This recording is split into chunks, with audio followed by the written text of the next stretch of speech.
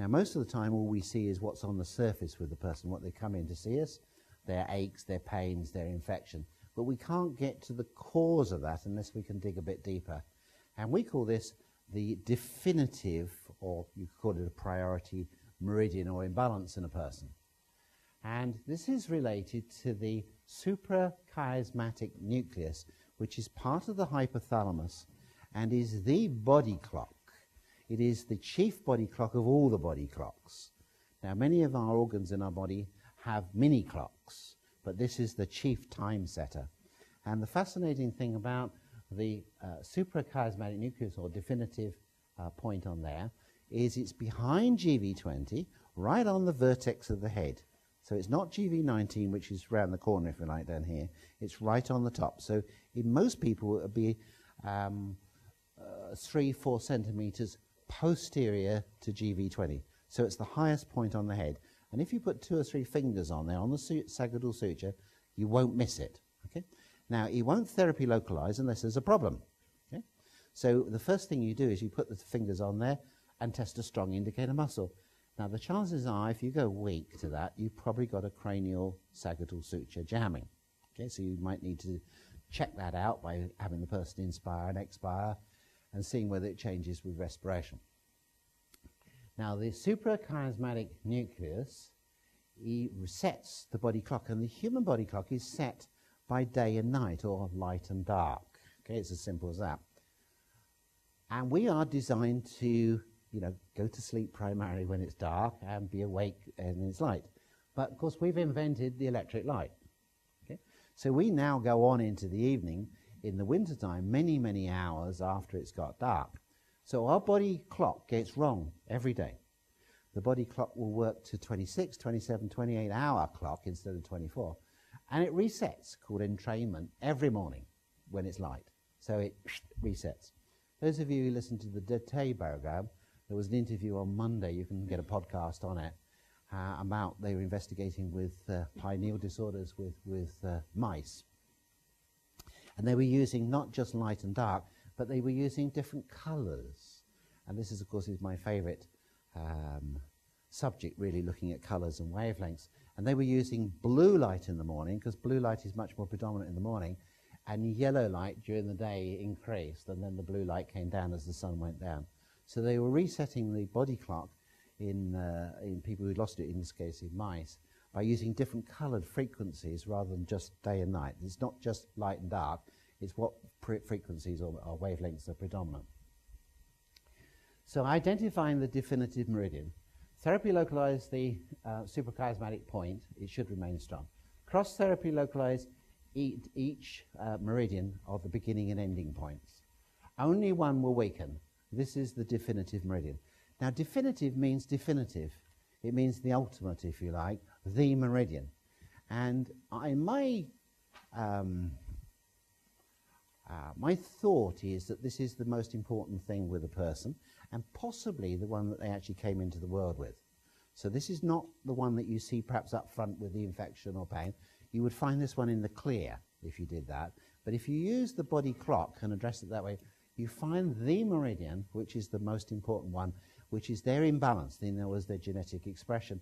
And I think it relates to the genes. And this is why it doesn't change. What you can do is you can modulate it by giving zinc, magnesium, be this and that, and you play with this and help that person to cope with this meridian imbalance, possibly all their life. And you can confirm that this is the meridian by the respective neurotransmitter. In other words, the neurotransmitter associated with that meridian will either strengthen them or weaken them, and then you can identify the associated muscle with that meridian. Okay? So let's have a look at that. So we need a volunteer very quickly. Okay, out you come. So the volunteer is going to lie down here.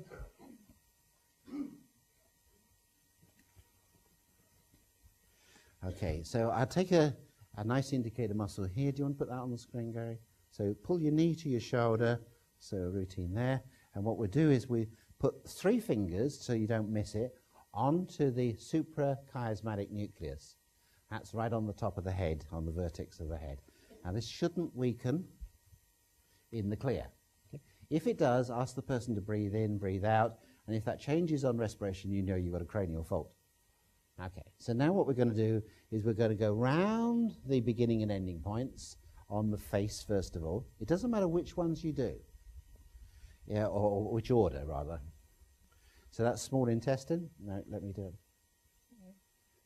No, don't move. Shh. You're on film. Okay, gallbladder, triple warmer. Okay, you should be familiar with all these, where these points are now. Stomach.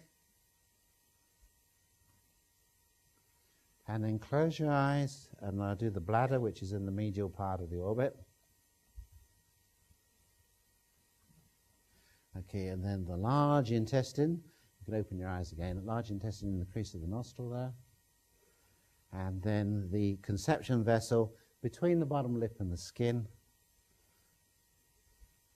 And that's the yang ones. If you remember, the yang meridians are all related with deficiencies of the neurotransmitters.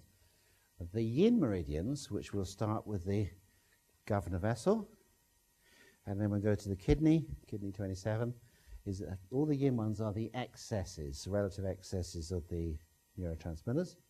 So we do the lung. In your manuals there, you've actually got which neurotransmitters, just to remind you if you're not familiar with which ones are which. Heart. And then we do circulation, sex, and then we'll do the liver. So you'll find that the liver, when you find the definitive meridian, it'll be on both sides. And we might as well just finish the case off, because you will only find one, will be the spleen. Okay, so we've got the spleen. So we've been through 14 meridians, and we've got the liver. Now what that means is we can now work with the liver for any of our diagnostic approaches. So she can stay plugged in like this, and then we can do our eye positions and find out what negates it. So if we go there, or if we go here, we know where we're going. So in the case of when we want to look for toxins, we go over to the left a few times with the eyes into distortion. So now we've got a weakness. So as Kevin said, how do we determine when we get a weak associated muscle? This is a very good way of doing it, because we know for sure that this is the real core of her problem. Now, to be sure on this, we can use acetylcholine as a marker, and we'll get an vial of acetylcholine out and see if she weakens to that, which because she's got an excess. And what we know is it's a definitive meridian. It's going to require a definitive compound, if it needs a nutrient, to correct it.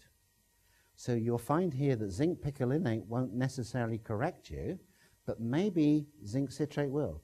It's the beauty of this is it chooses what is the definitive substance, because you're looking at a definitive or the ultimate nutrient, and the ultimate nutrient, of course, will be the one that corrects the meridian. Okay, so which is nice. Now, what you also see on the bottom there is there's a weak associated muscle.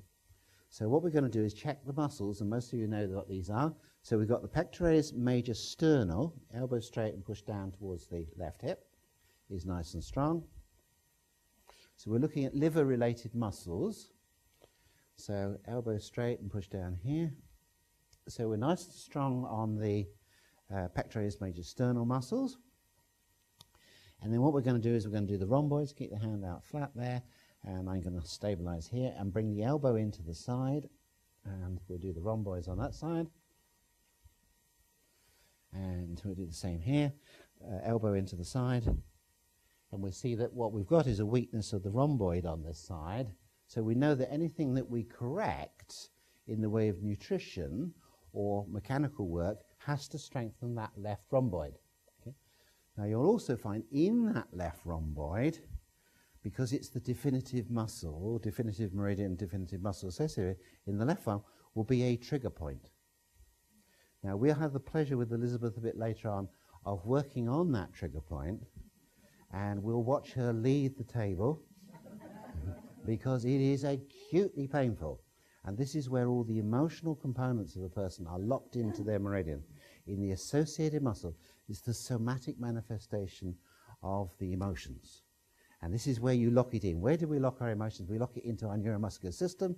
And where do we lock it in? The one associated with the meridians, or the flows of energy, which are out of balance. And that, in her case, is going to be the liver meridian, But the muscles associated, as most of you know, is the PMS and the rhomboids, and it's her left rhomboid. So if we could have a acetylcholine, so we know that the liver is the muscle, neuromuscular neuropeptide is related to acetylcholine. So what we do is we take a strong indicator muscle, leave acetylcholine on, and she goes weak. And then if we cross-check that just to show that the two are associated, we'll see that it negates the weakness. So that just links in the fact that acetylcholine is related to the liver meridian. Right? Now, high acetylcholine tends to mean people are a little bit more rigid in their neuromuscular approach, because acetylcholine works on all the neuromuscular junctions in the body, and that tends to make them a little bit tight.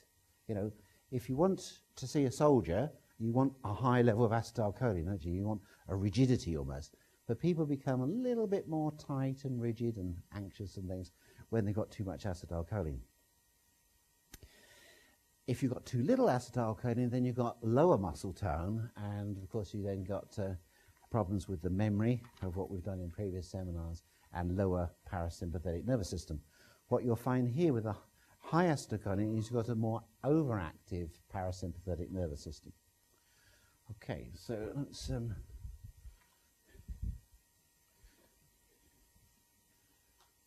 so there's the yang points on the face, all begin and end on the face, and the yin points begin or end on the trunk.